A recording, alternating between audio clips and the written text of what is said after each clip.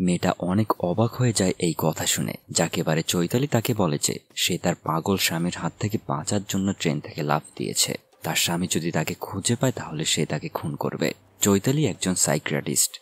তার হাজবেন্ড তার পেশেন্ট ছিল। সে ডিপ্রেশনের রোগে ছিল। তার আবার ড্রাগ নেবারও অভ্যাস ছিল।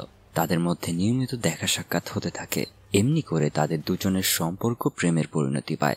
তারা বিয়ে করে নেয়, কিন্তু বিয়ের পর তার স্বামী আবারও নেশা করা শুরু করে। আস্তে আস্তে সে অনেক ভায়োলেন্ট হয়ে ওঠে। কথায় কথায় চৈতালির গায়ে হাত তুলত সে।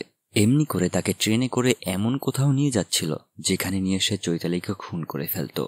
এটা বুঝতে পেরে তার স্বামী যখন ঘুমোচ্ছিল সে তখন ওয়াশরুমের বাহানা করে ট্রেন থেকে লাফ দেয়। আর এরপরেই রাঘু তাকে খুঁজে পায়। যাক, এইসব কথার পরে রাঘু বাইরে পানি আনতে চায় আর চৈতালি রান্না করতে থাকে।